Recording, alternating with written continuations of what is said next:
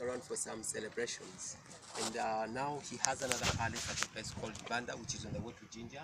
That's just about 10 kilometers from here. So whenever he comes to this place, he just spends a few hours, then he goes back to the other side. Now the tour here begins with the Royal Mile, and it is this road which starts from the palace here up to the Parliament of Buganda Kingdom, which is the big building at the end of the road.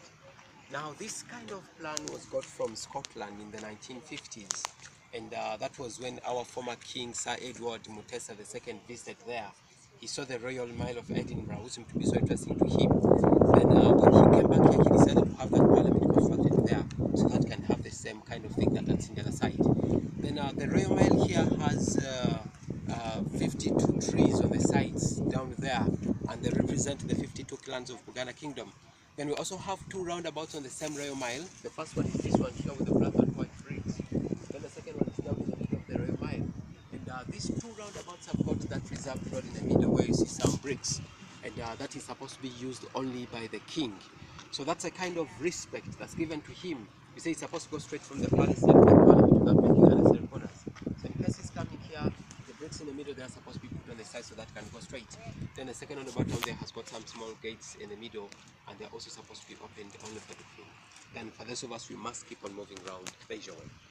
Then this is the Mengo Hill, and the first king to live here was King Daniel Mwanga. So Mwanga came here in 1885, but before he occupied this place, it was occupied by people who were herbalists.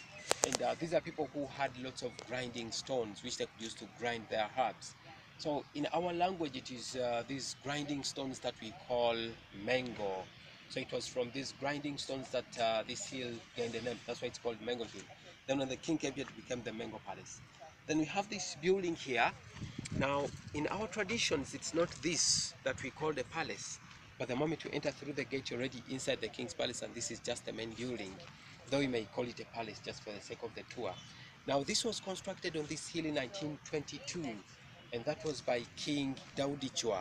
So Daudi Chua was the son to Mwanga, the first king to live here, and he got the plan of this building from England. That was when he visited there. He admired the structures that he saw there because during those days we never had such buildings. Then it was constructed with the help of the British government. Then in 1966, this building was partly destroyed, and that was when this hill was attacked by the soldiers of Obote. So Upper Milton Obote, as a former president of Uganda, he took over in 1966. But before him, we had Mutesa II. That was our former king, was made the first ceremonial president of Uganda after gaining independence. Then during those days, Obote was the prime minister with executive powers.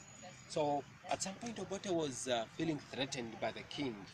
Since the king was president, he used to criticize Obote for most of the wrongdoings. Then Obote decided to organize an attack using Idi Amin as the army commander, either to kill or arrest the king.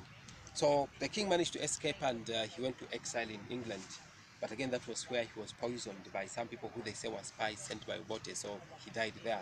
Though in our traditions, we never say that the king died. The kings never die. The king just disappears, you know. So the king disappeared in England. So when I say he disappeared, you don't ask where he disappeared and why they didn't look for him. So he passed away, he disappeared in England. Now, when Obote became president, he abolished. The body was brought back in 1971 and was buried at the Kasubi tombs. Yeah. So when Obote became president, that was after the attack.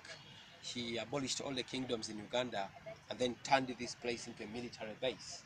Then the soldiers occupied this hill from 1966 to 1997, and that was when the current president decided to give the hill back to the kingdom. Then the soldiers were taken away to other places, and again, that was when this building was renovated, and that's what looks a bit new.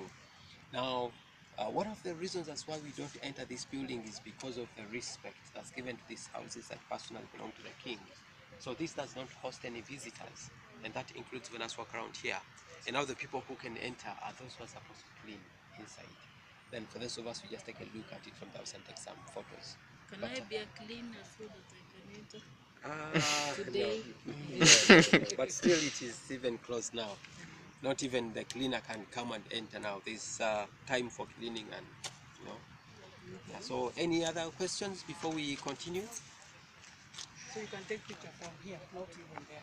Can we walk around? We can move closer to the palace. Okay. But, The steps? we may not move on the steps. Just in front there, and then we take some photos. Then afterwards we shall proceed with the tour. Okay. Because we still have other things to see. Okay. Where thy kingdom Thy kingdom come, thy will be done.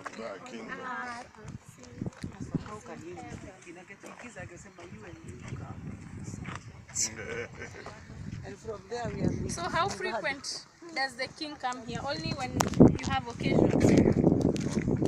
Sorry? State visitors? How frequent? Nowadays the king at least comes here like once in a month. Ah, Yes. I would like to know when he comes. As in, is it periodic? Like we don't- know this is the week that the, or it's a secret? It's a state No. secret. Now that is, it depends on the program. Ah, okay. Si haichukui mpaka huko juu.